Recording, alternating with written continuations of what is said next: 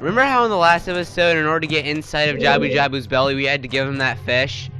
Well, I had no idea that we needed to do that on my first playthrough, and I kind of just was screwing around, and I thought, hey, maybe I have to feed him a fish to get in. And surprisingly, it worked. Hey everybody, it's the Mick Master 14. Welcome back to more of The Legend of Zelda Ocarina of Time. In the last episode, we made it inside of Jabu-Jabu's belly, and started escorting Princess Ruto in what might be the worst dungeon quest of all time. But anyways, in this episode, we're going to be finishing up Jabu-Jabu's belly, so let's get playing.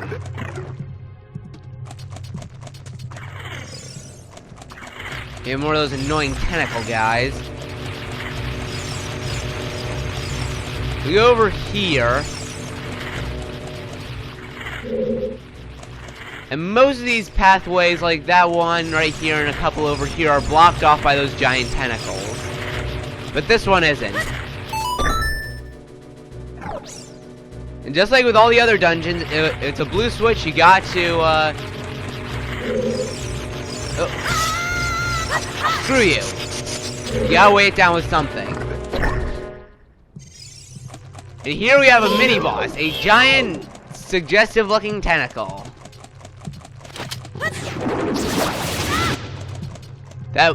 That thin spot in the middle of it is its weak point. It is a parasitic tentacle.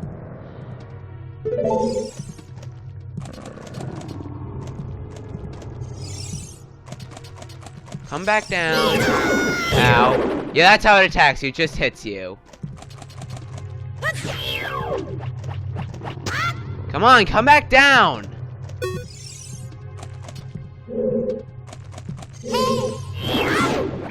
There we go. Also, Z-targeting is pretty useful in this fight. And you may remember at the beginning of the series, I said that I didn't know how to Z-target when I first played the game. So as you can probably imagine, this mini-boss fight was really annoying for me. Now, what could it be? What could it be? What could it be? It is the map! It's actually kind of late in the dungeon to get the map.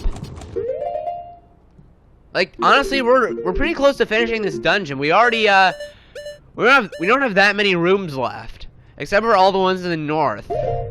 In the, well, not necessarily the north, but in the top area. No. How good, sir? How can you leave me behind? You're a man. Act like one. Take responsibility. Yeah, screw you.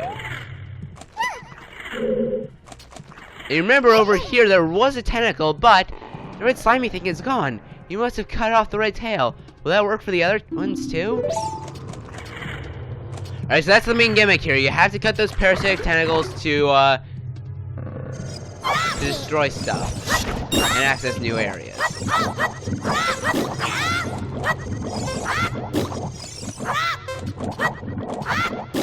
And here we have 40 seconds to destroy all these bubbles. I'm not sure what happens if you run out of time, because I've never run out of time before. Oh, where's the last one? Oh, there it is. There we go. I really don't know what happens if you run out of time. Do you die?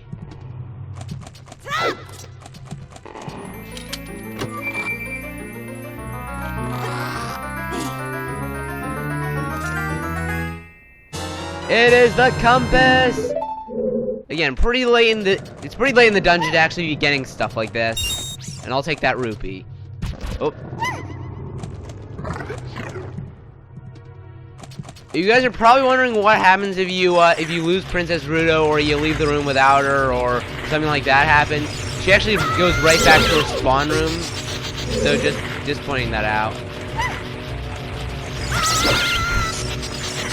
Screw all of you! Alright, where was I even going? This way, I think? Alright, we can go in here, because I believe this was previously blocked off by the red tentacle.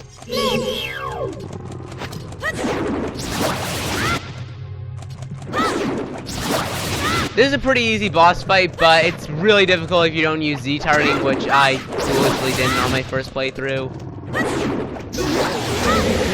So there we go. And this dungeon is actually a little bit more interesting than a couple of the other dungeons, in my opinion.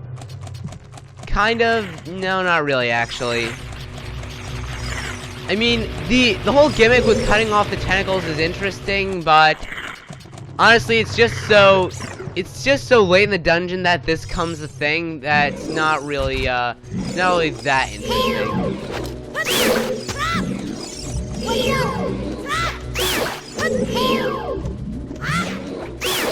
Alright, let's get rid of all of these bee wreaths first, so then we can focus on the tentacle.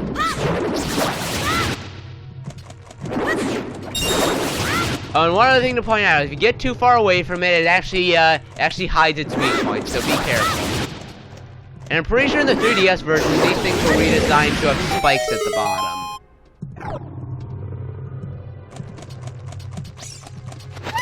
So I believe that green tentacle actually did something in the room where we first found Rudo.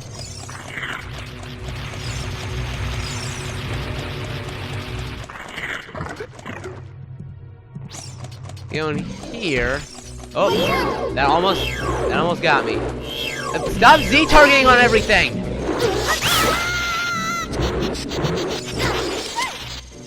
Alright, so if we can now fall down this hole because the tentacle isn't guarding it anymore. And there's 2 gold skulltulas right here. And since they're both too high off the ground to get them normally, we actually need to use our boomerang to grab them. Yeah, that is one of the best uses for the boomerang. You can use it to grab stuff from far away, like gold skulltula tokens. And we should be getting close to 20, right? Yeah, we're at 21. Now, let's head on.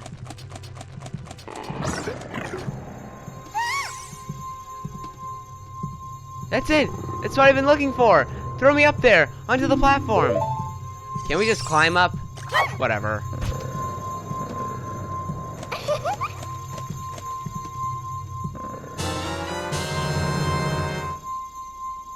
Princess Rudo got the spiritual stone! But why Princess Rudo? I love that last bit. Oh my goodness, I finally found it! My mother's stone! I got very upset when Lord Jabu-Jabu swallowed it. While I was feeding him, he suddenly swallowed me. I was so surprised I dropped it inside. But now that I found it, I don't need to be in here anymore. So take me home, right now. Or you can just walk home yourself. But yeah, sure. Why do you work yourself when Link can do it for you? Yeah, what is this, an octopus? My voice broke so badly right there.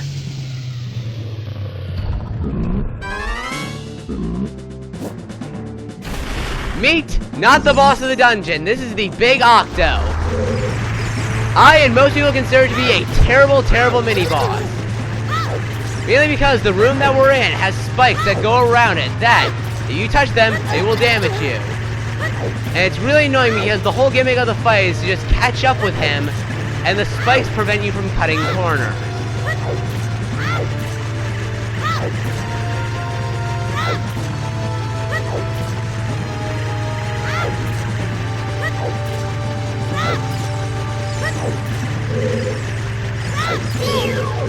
Alright, once we get close enough, we can set it with the boomerang, and then hit its weak point. However, there is a way to exploit this fight. If you let him catch up with you, he'll turn around, and then it's easier to catch up with him and doesn't take as long. This kind of just proves how bad the fight is. That most people essentially exploit his attack in order to just continue.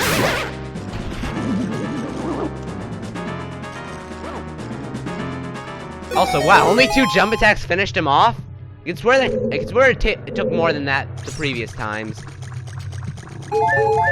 Now, we could head on that little elevator right there, but if we look at the map, there is one other room that we haven't explored yet just outside here.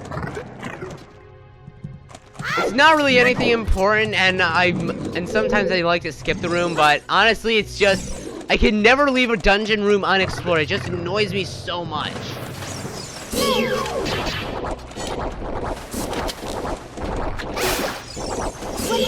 Anyway, there's a couple Octoroks in here. And this thing right here, you can throw your boomerang at it and it'll stun it.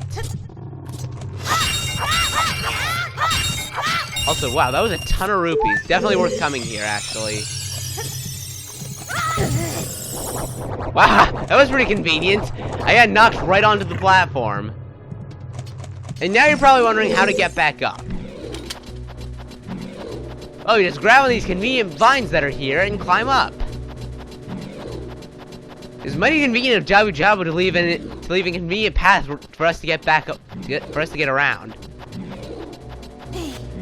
Also, you can probably imagine that most of this stuff in his body is pretty important. Like, those might be like his veins or something. So we're probably causing him a lot of pain by walking around in here and fighting things and swinging our sword around.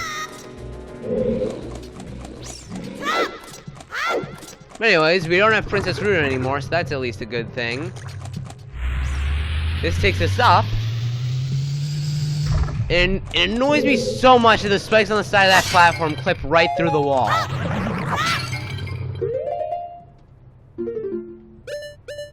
Let's catch this fairy in a bottle. There we go. Yeah, just look at this. Like, that's gotta cause the guy so much pain. Just doing anything with the sword in here has gotta cause a lot of pain for him. And also, while we're talking about Jabu-Jabu's belly, which makes sense since we're in the dungeon, how does Link open these doors? And what are these doors even supposed to represent?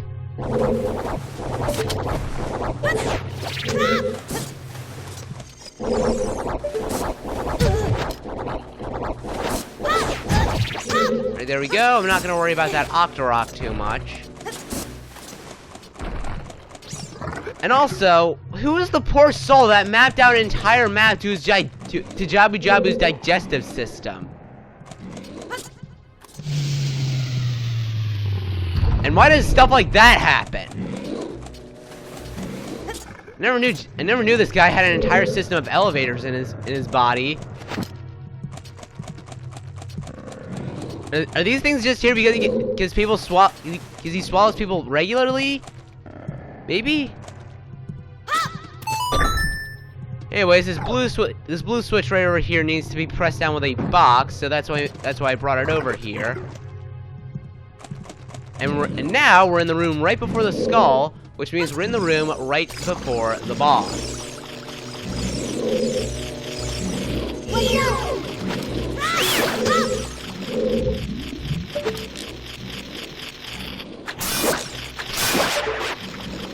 Also, I prefer to kill gold skulltulas with the boomerang.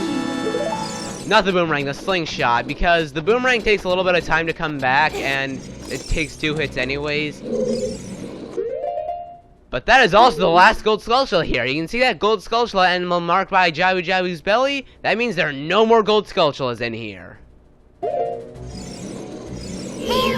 Oh.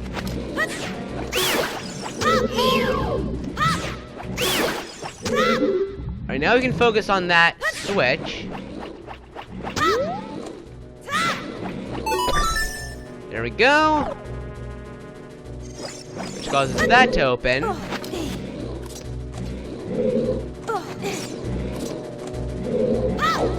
Oh. Whatever. I wanted to roll off and jump, but whatever. Also, notice this liquid that Link's been running in has got to be digestive fluid, so how is it not burning him at all? Eh, whatever. Let's just head on to the boss fight. Also, didn't this room have a hallway before this main room here?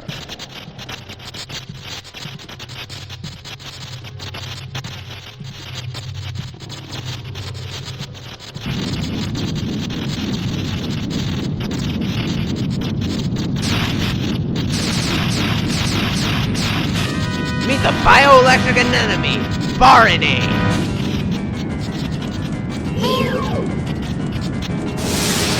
Barinade is a pretty simple boss. You can see that we have to target onto those tentacles up there, so we have to just throw the boomerang at him and not talk to Navi. Again. Since I didn't know about Z-turning, you can probably guess how hard this boss fight was for me the first time. After we chop off all the tentacles that were attaching him to the ceiling, we'll start spinning jellyfish around us, and we'll stun him with our boomerang, use a jump attack, just do that. After a while, he'll start spinning around.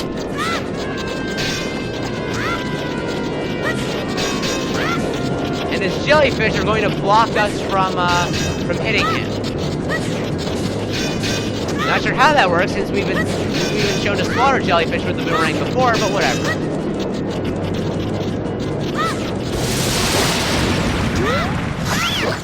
And now when we hit him, he'll actually sink his weak point into the ground, so we actually have to go for these jellyfish. Yeah, I could have gotten all of them if I didn't get hit.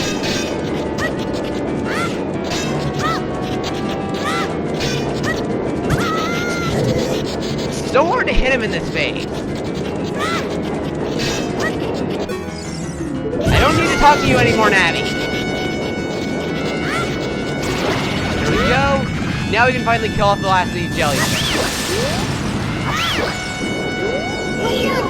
Anyways, now he doesn't have any more jellyfish barriers with him. You do this.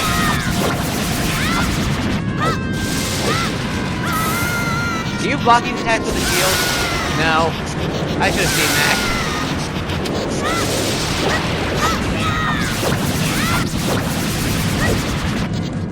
To me, this is probably the most fun boss out of all the, out of the first 3 bosses that we've fought so far. This is probably the most fun. Since it involves, like, stunning him in a lot of different phases. And now he gets a ton of zits, and it literally destroys him. I hope I was close to the microphone for that because I was actually a little bit far away. And we steal his heart and add it to our own. And look, look at this face that Rudo's making. So funny. You're late. What took you so long? You're useless. I was just lonely, that's all. Just a little.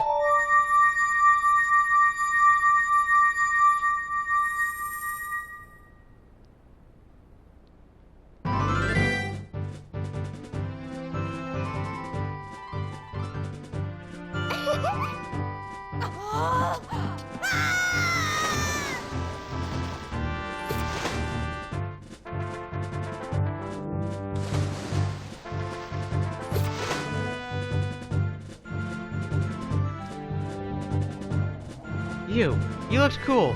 Cooler than I thought you would, anyway. Just a little. Well, anyways, you saved me, so I guess I'll reward you.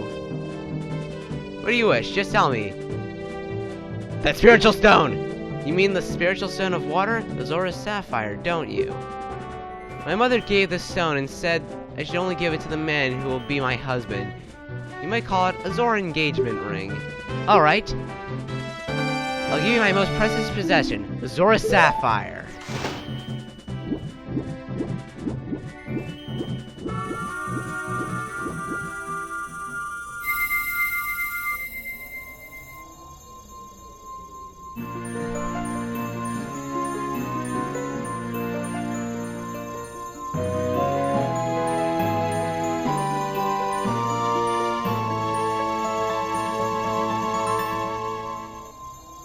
You obtain the Zora's sapphire, the spiritual stone of water passed down by the Zoras. Her most precious possession? You don't know what she you don't know what she's talking about, but you finally collected all the spiritual stones. Go back to see Princess Zelda. Don't tell my father. I knew exactly what she was talking about. And I guess we're engaged now. Also, when I first saw that cutscene when Rita was giving us the spiritual stone and I saw her, like, go on her back, I thought she was going to spit the spiritual stone at me when I first played this game. I legit thought that.